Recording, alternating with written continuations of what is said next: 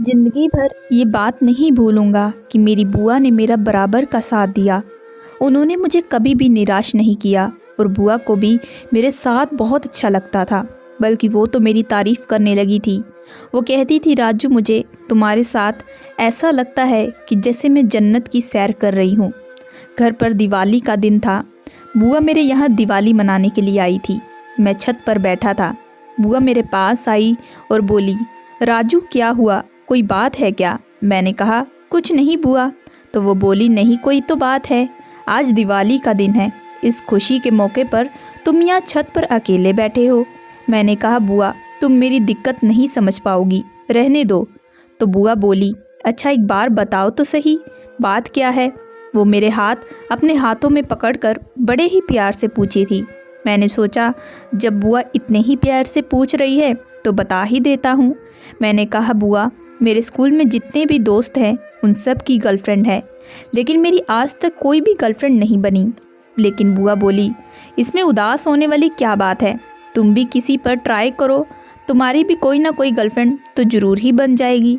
बुआ मुझसे सट कर बैठी हुई थी। मैंने कहा, बुआ मुझे पता है मेरी कोई गर्लफ्रेंड नहीं बनेगी, क्योंकि मैं स्मार्ट नहीं हूँ, ऊपर से मैं सांवला भी हूँ।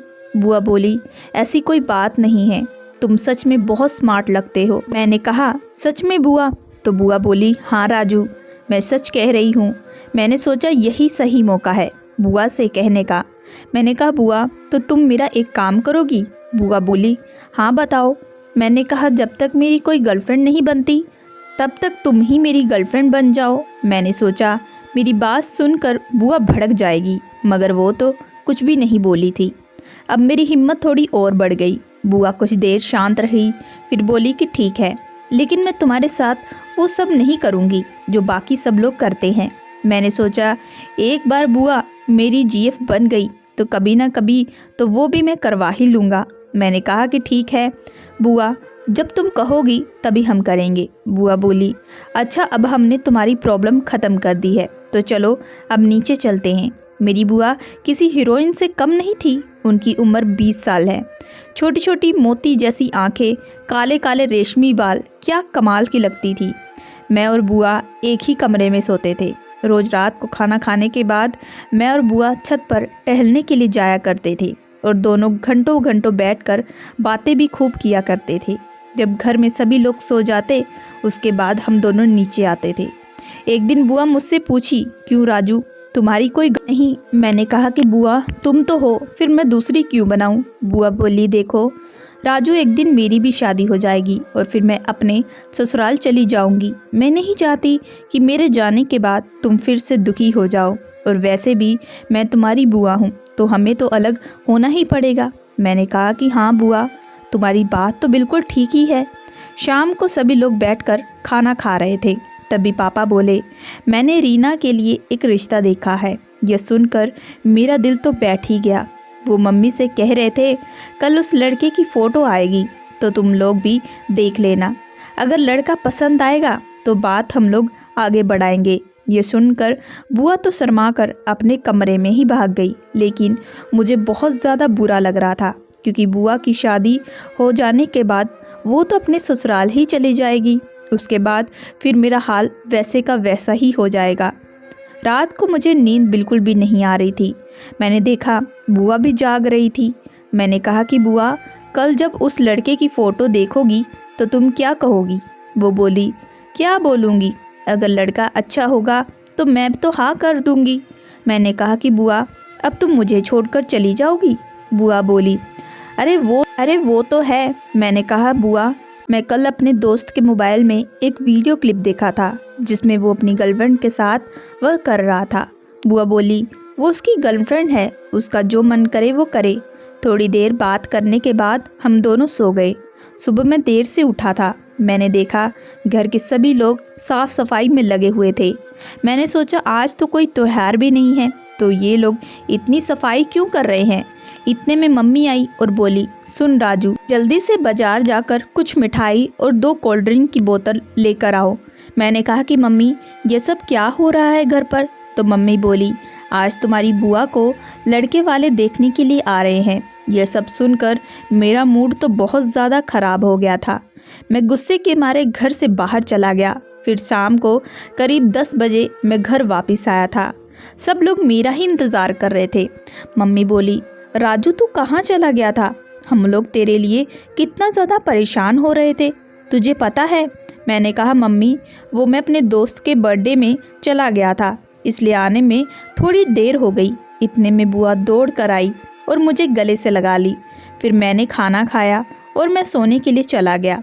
बुआ भी मेरे बगल में ही लेटी थी। वो बोली, क्या हुआ राजू, तुझे आज नींद नहीं आ रही? मैंने कहा कि नहीं बुआ।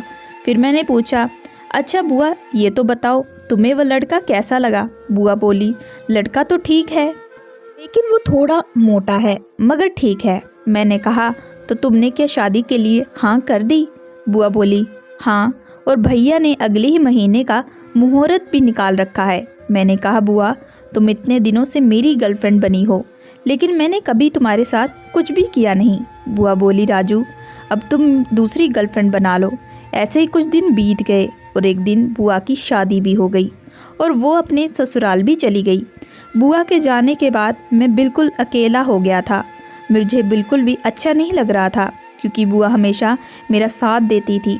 फिर शाम हो गई, मैं खाना खाकर अपने कमरे में सोने के लिए गया। सच कहूँ तो मुझे अकेले कमरे में बिल्कुल भी अच्छा नहीं लग रहा था, क्योंकि अब बुआ मेरे पास नहीं थी। मुझे नींद भी नहीं आ रही थी, तो मैंने सोचा एक बार बुआ को फ़ोन करता हूँ। जाते समय मैंने बुआ का नंबर ले लिया था। मैंने फ़ोन किया, पूरी बेल बजी, लेकिन बुआ फ़ोन नहीं उठाई।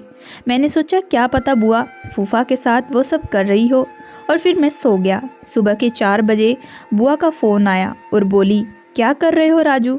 मैंने कहा कि कुछ नहीं बुआ, बस अभी सो रहा हूँ। मैंने कहा, बुआ तुम शादी करके अब खुश हो ना? वो बोली, हाँ मैं तो बहुत ज़्यादा खुश हूँ। शादी की रात पति ने बहुत प्यार किया और वह दिल के भी बहुत अच्छे हैं। और बताओ तुमने कोई गर्लफ्रेंड बनाई या नहीं? मैंने कहा, क्या बताऊँ बुआ, इतने दिनों से जब कोई नहीं बनी तो 2 दिन में कैसे बन जाएगी?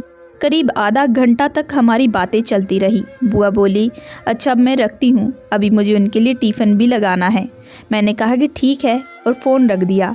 मैंने सोचा आज मैं स्कूल में कोई ना कोई गर्लफ्रेंड ज़रूर बनाऊंगा, लेकिन मेरे क्लास में कोई ऐसी लड़की थी ही नहीं जिसे मैं प्रपोज़ कर सकूं। सब मुझसे छोटी थी।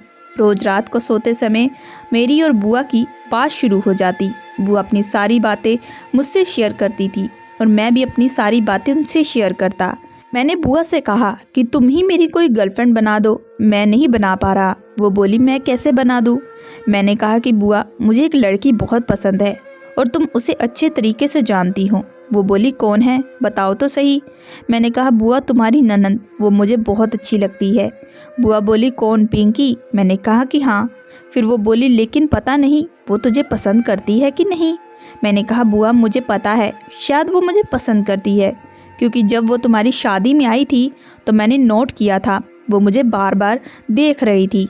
बुआ बोली, ठीक है, मैं किसी बहाने से उससे पूछकर फिर तुझे बताऊंगी। फिर मैंने फ़ोन रख दिया। अगले दिन पापा बोले, बेटा जल्दी से कपड़ा पहन लो और तैयार हो जाओ।